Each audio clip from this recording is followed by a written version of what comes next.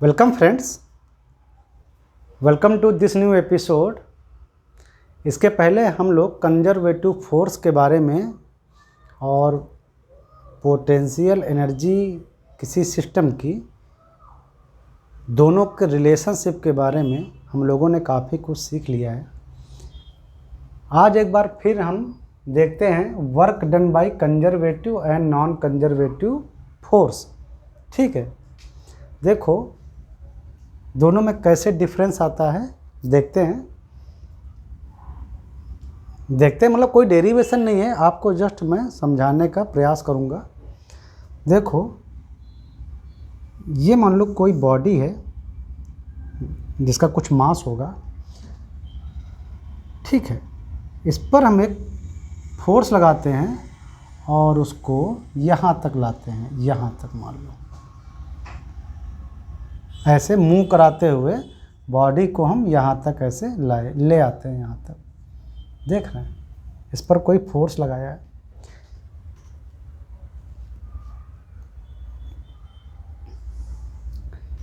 ये force F जो लगाया है वो कांस्टेंट फोर्स भी हो सकता है और एक वेरिएबल फोर्स भी हो सकता है।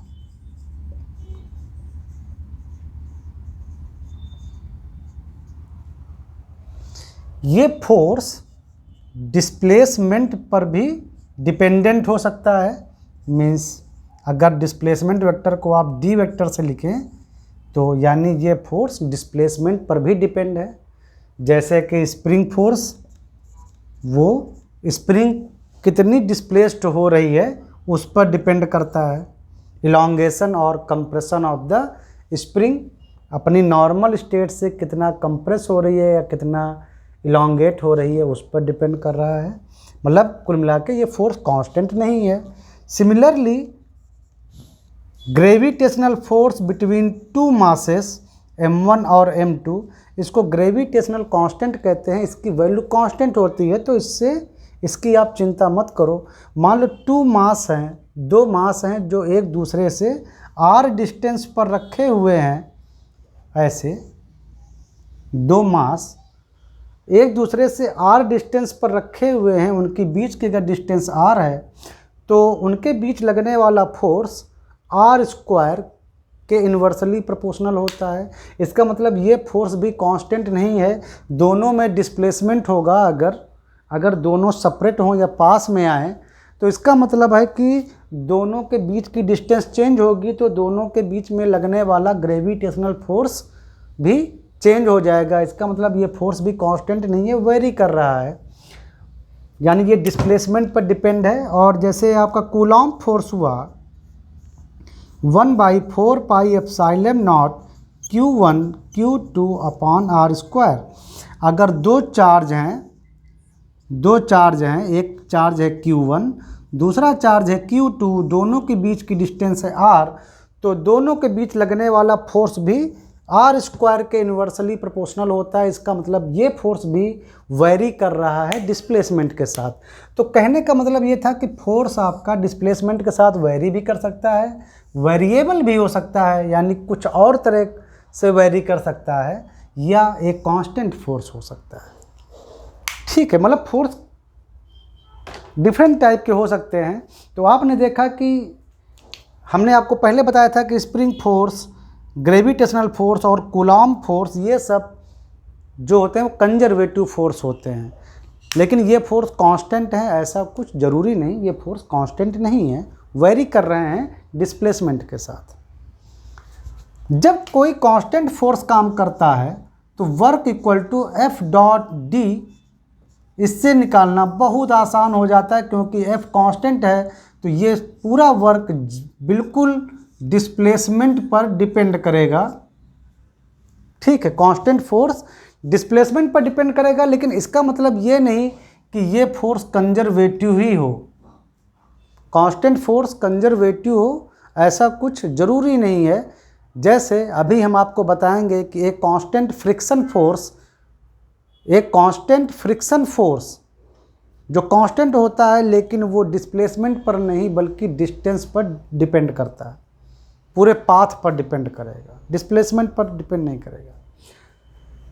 चलो खैर, एक जर्नल हमने एक पाथ बनाया कि ये हमारा एक जर्नल पाथ है, यहाँ से मास मोशन होता हुआ यहाँ पे आ गया, दिख रहा है, यहाँ पे से चलता हुआ यहाँ पे आ गया।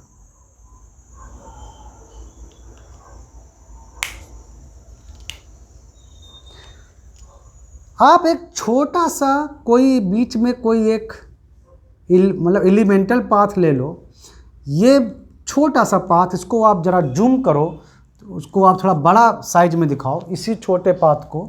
इस छोटे पाथ की लंबाई आप ले लो dl, इस छोटे पाथ की लंबाई जो dl है हमने वहाँ बड़ा करके दिखा दिया, और इस पर यह फोर्स लग रहा है, यहाँ पर वेरिएबल भी हो सकता है, कांस्टेंट भी हो सकता है। तो जो हमारा जो वर्क डन जो आएगा वो होगा F डॉट dl,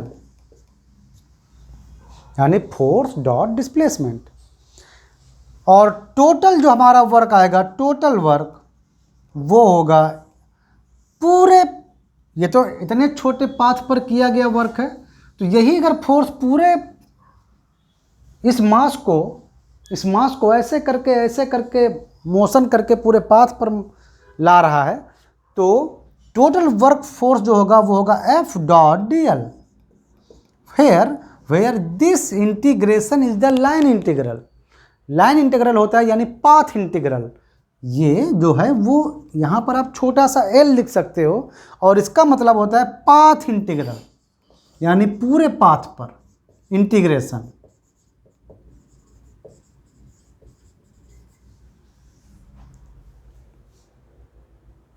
ठीक है, तो जब कंजर्वेटिव फोर्स होता है हमारा, कंजर्वेटिव फोर्स, तो work done by conservative force जो आएगा जब आप इसको पाथ इंटीग्रेशन करोगे तो वो केवल डिस्प्लेसमेंट का फंक्शन होगा। It will be a function of displacement only. मतलब ये केवल स्टार्ट पॉइंट और एंड पॉइंट का ही फंक्शन निकलेगा, बाकी चीज़ें कांस्टेंट आएंगी। सिर्फ जो अंतर आएगा वो डिस्प्लेसमेंट वेक्टर का, मतलब जो जिस पर ये डिपेंड करेगा वर्क बाय कंजर्वेटिव फोर्स, ये केवल डिस्प्लेसमेंट वेक्टर पर डिपेंड करेगा, यानी from starting point to only final point. बीच में कौन सा पाथ है इस पर डिपेंड नहीं करेगा, इसका मतलब ये डिस्टेंस पर डिपेंड नहीं करेगा।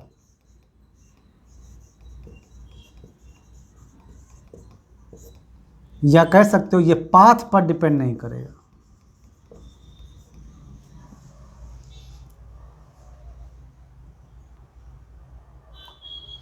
और अगर यही फोर्स हमारा नॉन कंजर्वेटिव हुआ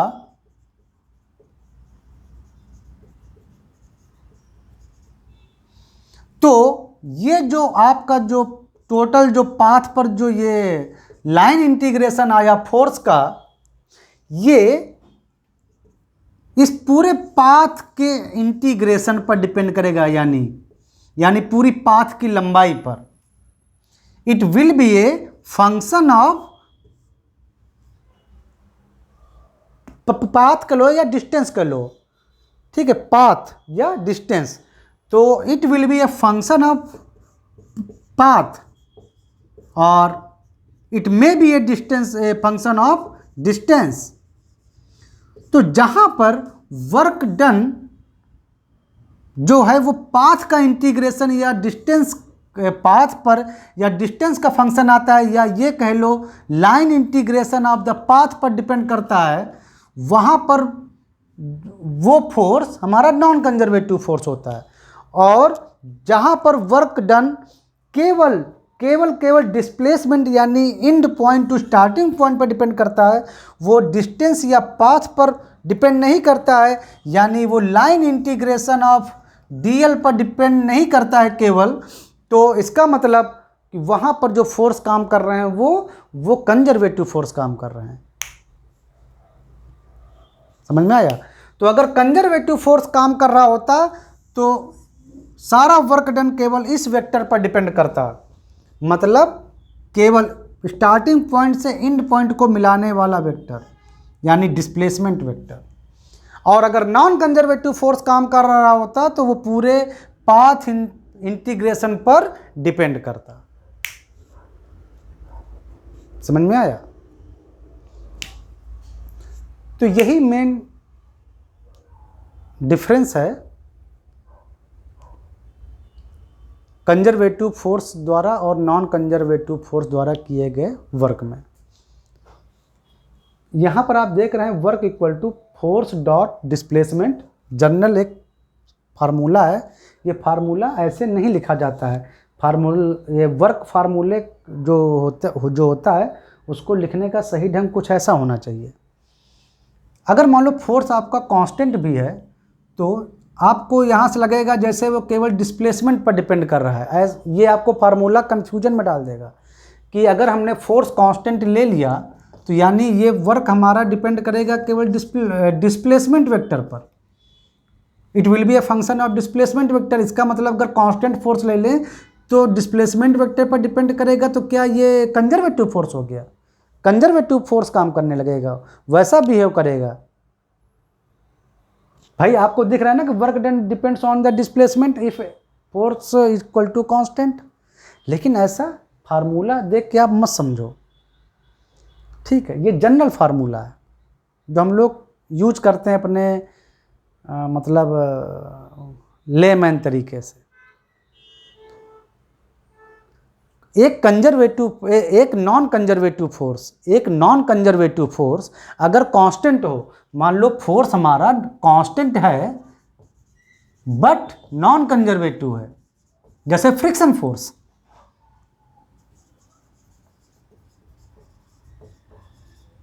कांस्टेंट है बट नॉन कंजर्वेटिव है, तो यहां पर जो वर्क डन होगा वो केवल डिस्प्लेसमेंट फंक्शन पर डिपेंड नहीं करेगा, जैसा कि ये फार्मूले से हमको लग रहा है।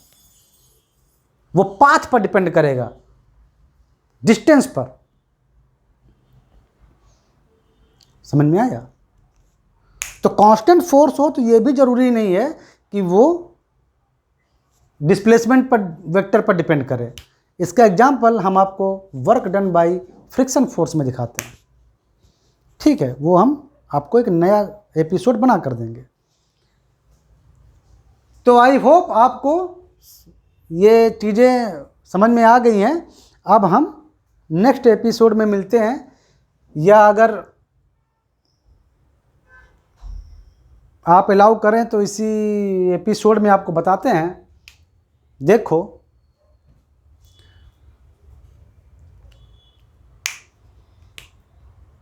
कोई एक एग्जाम्पल लेते हैं कंजर्वेटिव फोर्स का, देखते हैं क्या कंजर्वेटिव फोर्स से अगर हम वर्क करते हैं तो क्या वो वास्तव में एंड पोजीशन और फाइनल पोजीशन पर डिपेंड करेगा। तो इसका हम एक एग्जाम्पल लेते हैं। एग्जाम्पल के लिए हम यही ग्रेविटेशनल फोर्स ले लेते हैं एग्जाम्पल के लिए। इन दोनों के द्वारा किया गया वर्क आप होमवर्क जैसा खुद से निकालेंगे।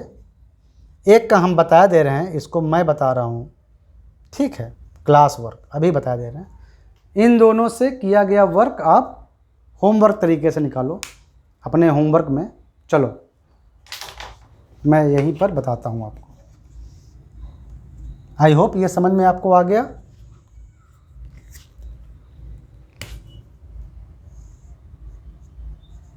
समझ में आ गया ना ये था पूरा अच्छे से? देखो,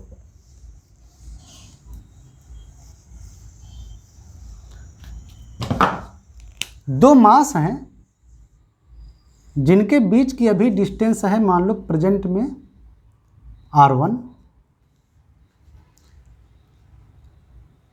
फिर क्या हुआ कि उनके बीच में एक फोर्स काम कर रहा था। कुछ ऐसा हुआ कि ये मास मान लो r2 डिस्टेंस पे आ गया। अब बाद में यानी डिस्प्लेसमेंट हुआ, तो नेट डिस्प्लेसमेंट जो है वो ये स्ट्रेट लाइन में है। तो क्योंकि ये जो ग्रेविटेशनल फोर्स होता है वो स्ट्रेट लाइन में लगता है, दोनों मास सेंटर को मिलाने वाली लाइन में। तो अगर दोनों पहले R1 डिस्टेंस पर थे और अगर R2 डिस्टेंस पर आ जाते हैं तो उनके बीच में ये हो जाएगा displacement. Okay, R2 minus R1।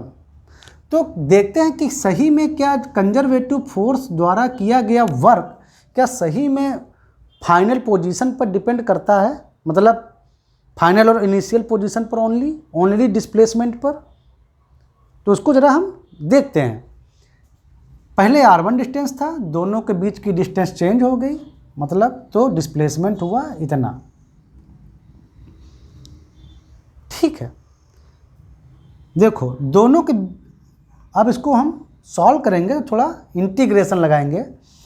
देखो ये दोनों मास, इनके मास अगर m1 और m2 मान लो आप, तो ये दोनों मास मान लो कि किसी टाइम मतलब अभी r डिस्टेंस पर हैं, एक वेरिएबल r डिस्टेंस पर हैं, तो इनके बीच में लगने वाला जो फोर्स होगा वो होगा g gravitational constant m1 m2 divided by r square. Okay, ये बॉडी जरा सा मूव की, जरा सा मान लो एकदम बिल्कुल छोटी सा मूवमेंट, हालांकि आपको बोर्ड में थोड़ा बड़ा दिखेगा।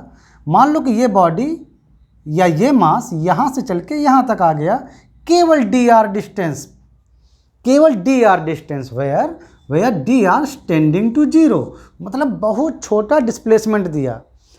तो work done by this force equal to F dot dr, जानते ही हो।